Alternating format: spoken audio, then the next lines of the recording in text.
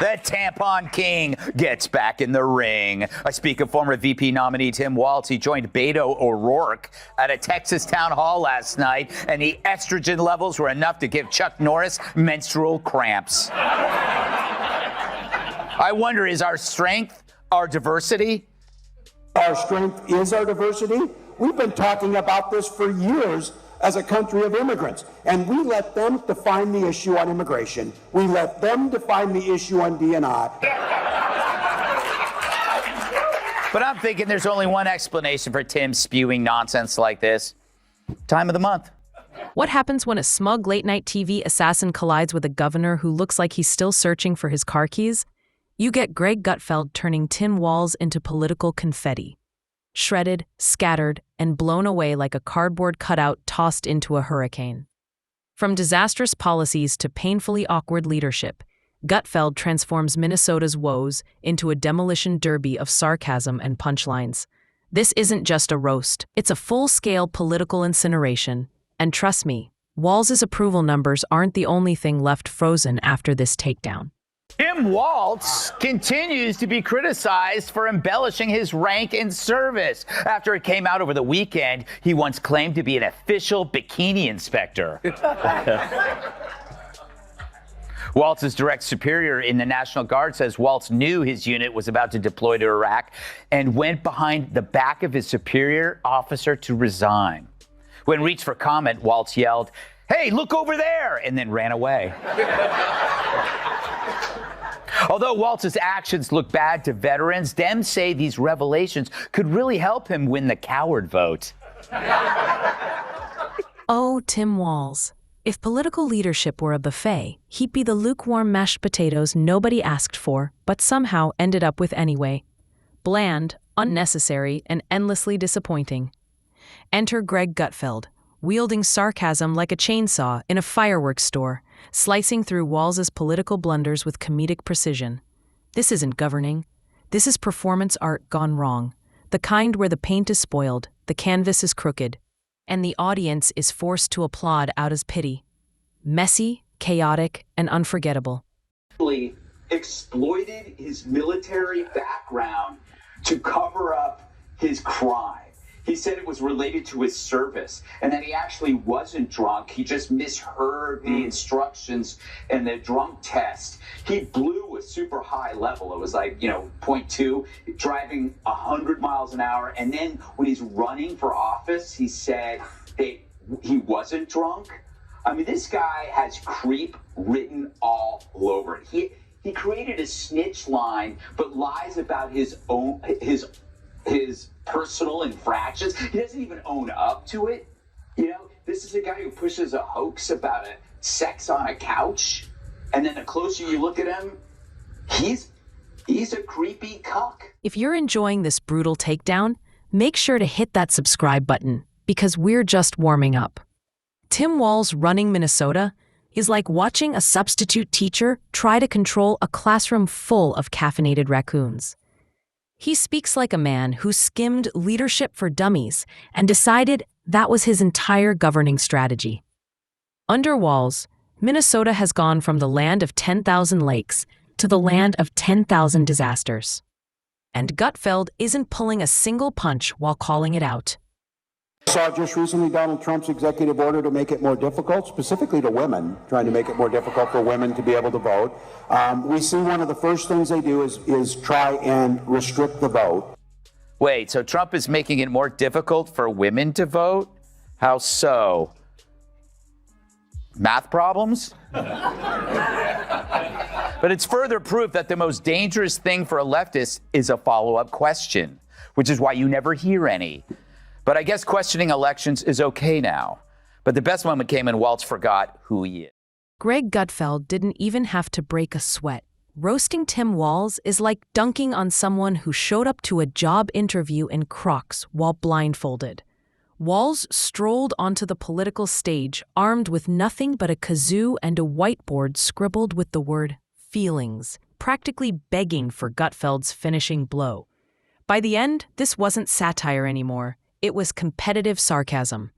Walz showed up with glitter, glue, and a participation ribbon, while Gutfeld brought a verbal flamethrower.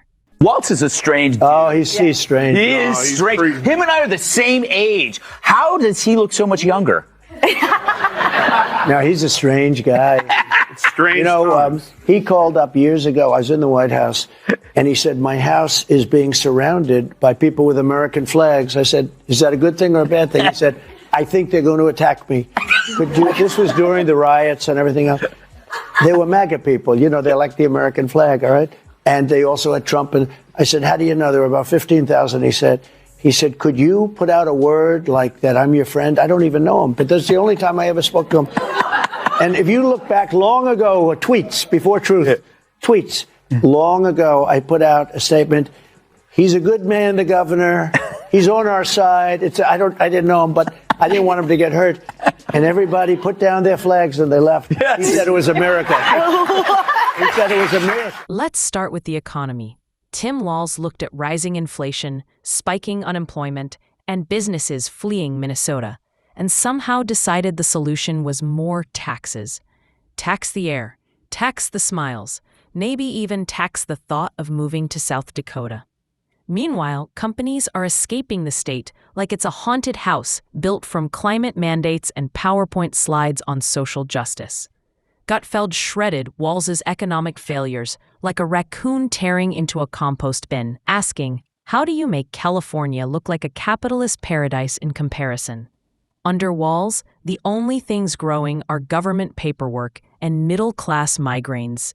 On the same bad cocaine, but Kamala can't speak, he can't speak. Biden was so high he couldn't remember anything. Like, this is literally the dumbest administration of all time. Why is he talking? It really is the ultimate clown show. And I said this in the 5. He's a clown without a circus. He's doesn't just even need makeup. He's roaming the terrain. Is there some carnival that I could work for? Yeah. I'll watch your windows. He's a rogue clown. Yes. Who is just an inconsequential footnote to vice presidential history. Yes. No one will remember his name on trivia night, and that's going to be in 3 months. And then there's crime. A whole new disaster movie. Gutfeld roasted Walz's public safety strategy like it was a Netflix parody. He compared it to a mall cop trying to stop a riot with a kazoo and a clipboard. Walz treats crime like a toddler playing with matches, optimistic, clueless, and inevitably ending in sirens. And education? A glittering dumpster fire. A former teacher himself, Walz turned Minnesota classrooms into workshops for woke word salad. Forget math and science. Kids are now graded on spotting microaggressions and building safe spaces out of popsicle sticks. Gutfeld didn't just mock it. He unleashed. His punchline? The only test students are acing is How to Be Offended 101. I'm especially talking about these old white guys who seem to disappoint us on a regular basis in this country. Dude, you're an old white guy. And you're right, you are a huge disappointment. I guess hating himself is the first thing he's nailed correctly. Because Walz saying old white men suck isn't a political stance, it's his confession. Walz calling people old and white is like Maxine Waters making fun of someone for shopping at Wigs R Us. He wants to execute more DEI policies.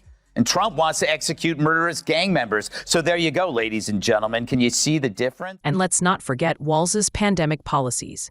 He treated COVID like his big audition for America's next top authoritarian.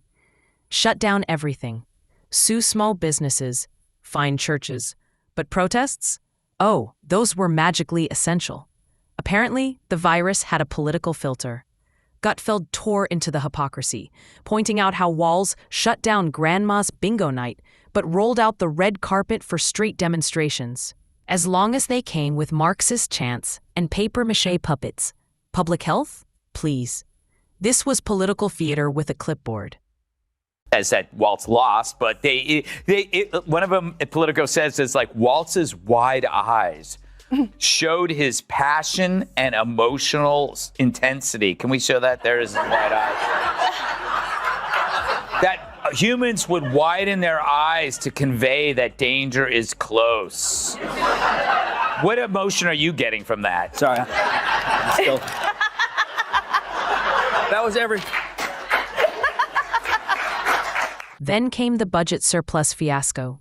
Minnesota was sitting on a mountain of taxpayer money, so huge even Walz couldn't ignore it. And what did he do? Instead of giving it back to the people who earned it, he blew it like monopoly money at a government garage sale. More bureaucracy, more diversity consultants, probably even a taxpayer-funded mural of himself, staring heroically into the distance. Gutfeld nearly passed out from laughing, saying, "Giving Walz a surplus is like giving a toddler a credit card and telling him to only buy the essentials." Spoiler, Minnesota didn't get the essentials. Tim Walz vomits more nonsense. I called Donald Trump a wannabe dictator. It's because he is. It's because he is. Maybe it's an adult like Donald Trump, you bully the out of him back. This is a weak, cruel man that takes it out and punches down on people. Wow. Oh. Jamie. What a Painful, douchebag, huh? Greg. That was absolutely painful. He was the keynote speaker at this conference. Can you imagine having to watch more of that? And then there's Walz's weird obsession with Gavin Newsom. It's like he watches California crumble under bad policies and thinks, perfect, let's do that, but colder. Gutfeld ripped into it, calling Minnesota San Francisco's clumsier cousin in snow boots. He compared Walz to a confused understudy who wandered into Gavin's performance halfway through and started improvising in pig Latin. Infrastructure? Don't ask. Walz pitched a multi-million-dollar bullet train project that might be ready by the time dinosaurs come back. Meanwhile, Minnesota's roads look like a post-apocalyptic Mario Kart track. So the tone of the media was one of sadness, not reporting Walz's loss, but mourning it. Now, the truth is that a VP debate is like a colonoscopy. It's important and necessary, but that doesn't mean you want to watch it. Hong Kong and China during the democracy protests went in. And from that, I learned a lot of what needed to be in governance.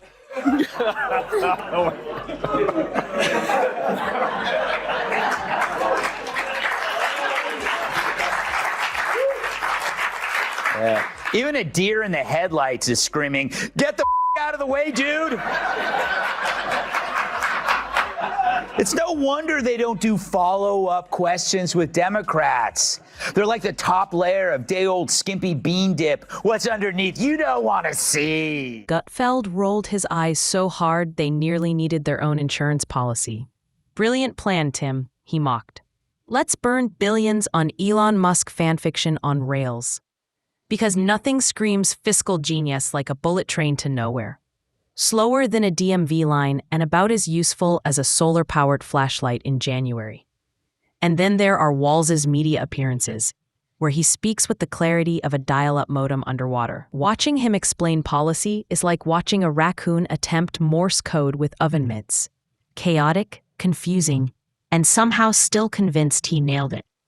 Meanwhile, Kamala's VP, Tim Walz, is being accused of lying about his rank, which is called stolen valor. But in Walz's defense in Minneapolis, stealing is legal. But misrepresenting your past for political gain? I don't see that as a problem, said one woman. When the pressure hits, Tim Walz doesn't just pivot. He pirouettes like a ballerina on 5 Red Bulls. Ask him about rising crime, and suddenly you're listening to a TED Talk on bike lanes curing felonies. Ask about the collapsing economy, and he'll start preaching about gender-neutral parking lots. This isn't leadership. This is interpretive policy theater. Gutfeld destroyed him with one line. Walz is basically a magic 8-ball in orthopedic shoes. Shake him. And the answer is always muddled jargon about equity gardening or intersectional frameworks. Video of the day, and he's got a very weird way of greeting his wife of 30 years. Roll it.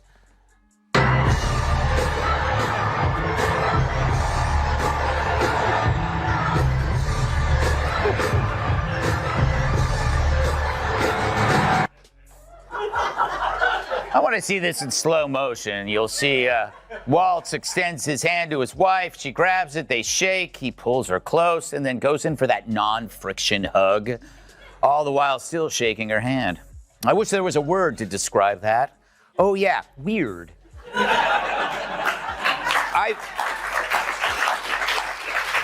I've seen warmer embraces between Chris Christie and a salad. And finally, Minnesota's rural towns. They're crying out for a leader who understands their lives. Tractors, church potlucks, real work.